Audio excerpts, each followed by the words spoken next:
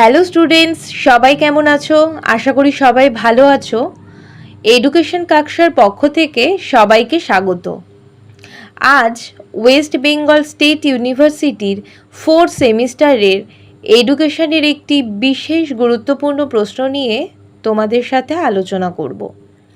তার আগে এখনও পর্যন্ত যারা আমার চ্যানেলটিকে সাবস্ক্রাইব করনি তারা প্রত্যেকে আমার চ্যানেলটি সাবস্ক্রাইব করে আমার পাশে থেকো এবং ভিডিওগুলিতে লাইক ও শেয়ার করে দিও। দেখো, প্রতি বছরই তোমাদের মূল্যায়নের এই অধ্যায় থেকে মূল্যায়নের সংজ্ঞা, ধারণা, উদ্দেশ্য, প্রয়োজনীয়তা, বৈশিষ্ট্য, নীতি এই ধরনের প্রশ্নগুলি এসে থাকে। এর মধ্যে মূল্যায়নের নীতিগুলি একটি বিশেষ গুরুত্বপূর্ণ প্রশ্ন। আজকে মূল্যায়নের নীতি নিয়ে আলোচনা করব। দেখো, এখানে বলা হয়েছে গতানুগতিক পরিমাপের ধারণার পরিবর্তে আধুনিক শিক্ষায় মূল্যায়ন ধারণার প্রবর্তন করা হয়েছে। আধুনিক মনোবিদগণ বাস্তব ভিত্তিক মৌলিক নীতির উপর গুরুত্ব দেন। সেগুলিকে বলা হয় মূল্যায়নের মৌলিক নীতি। নিম্নে উল্লেখ করা হলো। 1 নম্বর পয়েন্ট আছে আচরণগত পরিবর্তন বিচারকরণ।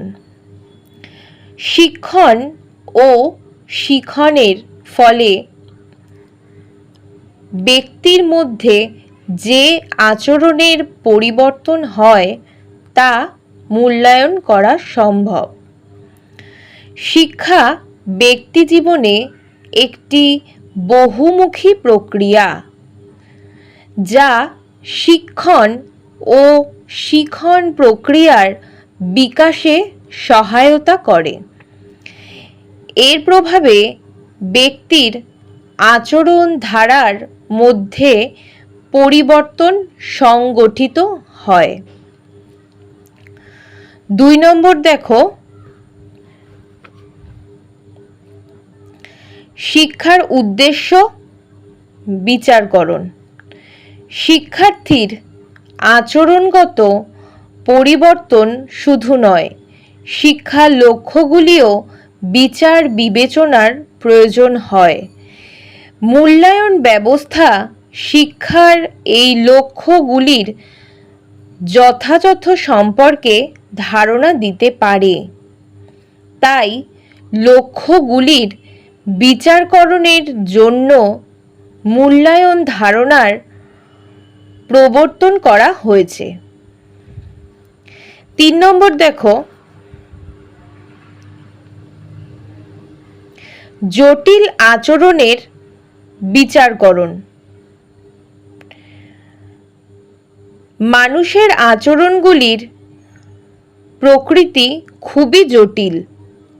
যে কোনো একটি আচরণগত পরিবর্তন বহু ধরনের মানসিক প্রবণতা ও ক্ষমতার দ্বারা নির্ধারিত হয়। আর মূল্যায়ন হলো এমন একটি সামঞ্জস্যপূর্ণ সামগ্রিক কৌশল যা আচরণের বিচার করতে পারে। তারপরে দেখো, তার পরের পয়েন্ট দেখো, শিক্ষণ ও শিখন পদ্ধতির মূল্যায়ন। মনোবিদগণ মনে করেন মূল্যায়ন ব্যবস্থার দ্বারা শিক্ষণ পদ্ধতি ও শিখন কৌশলগুলি মূল্যায়ন করা যায়। শিখনে সহায়তা করার জন্য বিভিন্ন কৌশল ও পদ্ধতি শ্রেণীকক্ষে ব্যবহার হয়। এই পদ্ধতি বা কৌশল কতটা যথাযথ বা শিক্ষার্থীর শিখনে সহায়ক তা বিচারকরণ করে মূল্যায়ন। সবশেষে বলতে পারি উপরোক্ত 4টি নীতিকে মূল্যায়নের নীতি বলা হয়। গতানুগতিক পরিমাপ ব্যবস্থার উপর অনাস্থা ও পূর্বোক্ত মৌলিক নীতির উপর আস্থার ভিত্তিতে মূল্যায়ন ধারণা গড়ে উঠেছে। আধুনিক শিক্ষায় মূল্যায়নের ধারণা জনপ্রিয়।